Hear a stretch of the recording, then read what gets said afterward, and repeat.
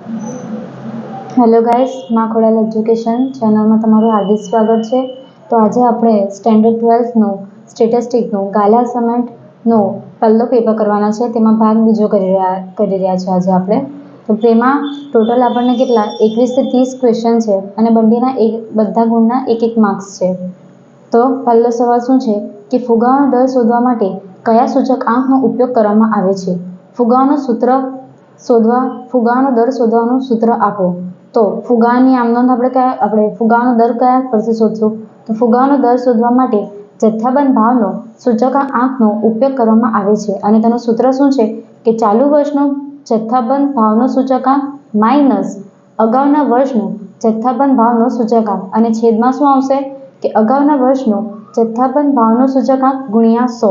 યાદ રાખજો, ચાલુ વર્ષનો જથ્થાબંધ ભાવનો સૂચકાંક માઇનસ અગાઉના વર્ષનો જથ્થાબંધ ભાવનો સૂચકાંક છે અને છેદમાં પણ અગાઉના વર્ષનો જથ્થાબંધ ભાવનો સૂચકાંક છે અને ગુણ્યા 100 કરવાનું ભૂલતા નહીં।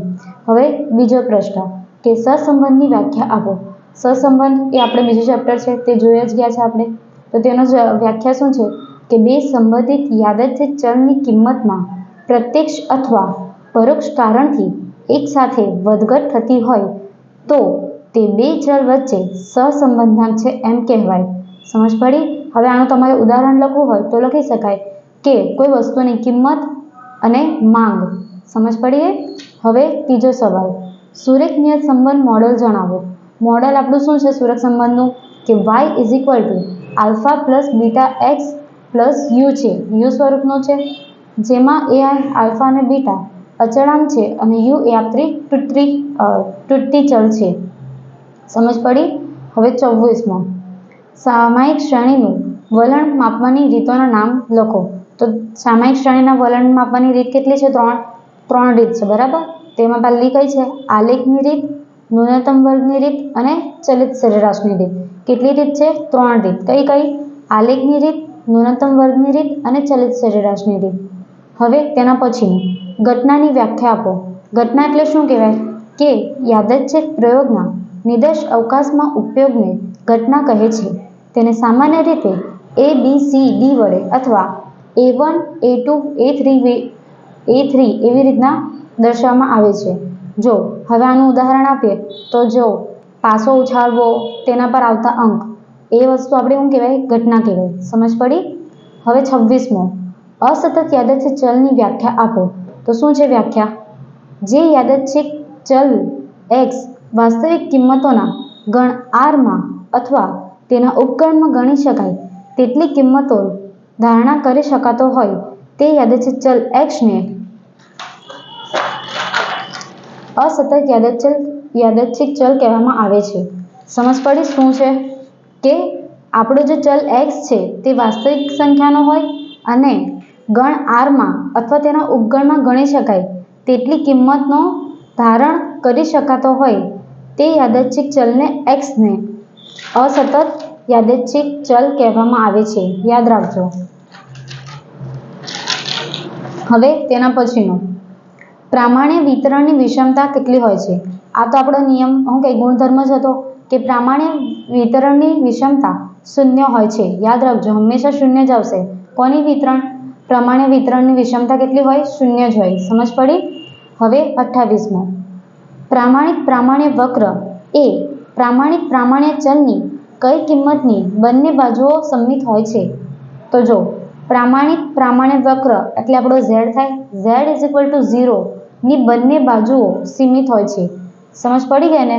આપણે જે આલેખ પેલો દોરીએ છીએ તેમાં આ z 0 અહીંયા આવે એટલે આ માઇનસ આલ્ફા ઇન્ફિનિટી અને પ્લસ ઇન્ફિનિટી એ બંને બાજુથી સમમિત હોય છે એમ। સમજ પડી? હવે શું કીધું કે 0.09 સામીપ્યની અંતરાલ સ્વરૂપમાં દર્શાવો।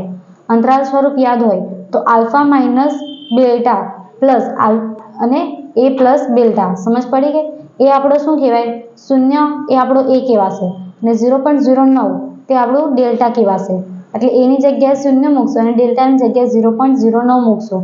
પહેલા માઇનસ કરશું પછી પ્લસ કરશું અને એ જે જવાબ આવે તે આપણું અંતરાલ સ્વરૂપ કહેવાશે। સમજ પડી? અને છેલ્લો ક્વેશ્ચન છે કે y a ની n ઘાત એ અચળાંક સંખ્યા હોય તો ડી ઓફ વાયના છેદમાં ડી ઓફ એક્સ મેળવો.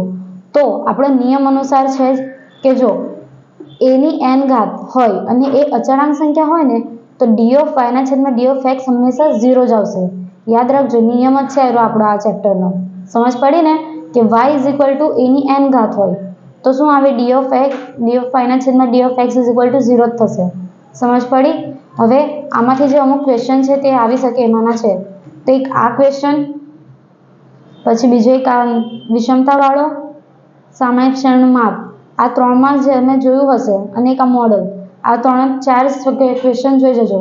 કારણ કે જો મોડલ તે આપણે દાખલામાં જ ઉપયોગ કરે છે એટલે તે યાદ હોવું જોઈએ કે y is equal to alpha plus beta x plus you, અને યુ આપણે શું છે, ત્રુટિ છે, અને એ આલ્ફા અને બીટા અચળાંક છે. સમજ પડી? હવે સામાયિક શ્રેણી વલણના માપોની રીત છે તો એ કોણ, 3 રીત છે. સમજ પડી? આલેખની, ન્યૂનતમ વર્ગની અને ચલિત સરેરાશની. અને પ્રામાણ્ય વિતરણની વિષમતા કેટલી હોય તો 0 હોય. આ એમસીક્યુ તરીકે પણ તમને આવી શકે છે એટલે આ યાદ રાખજો. અને એરું આ જે છે કે y ઇઝ ઇક્વલ ટુ એની એન ઘાત એ અચળાંક સંખ્યા છે તો ડી ઓફ વાયના છેદમાં ડી ઓફ એક્સ મેળવો. તે હંમેશા 0 જ આવશે. દાખલામાં પણ આવી શકે છે અને એમસીક્યુમાં પણ આવે એટલે આ વસ્તુ યાદ રાખજો. સમજ પડી? અને ફુગાવાનો દરનું સૂત્ર શોધવું તે યાદ રાખજો. શું છે કે ચાલુ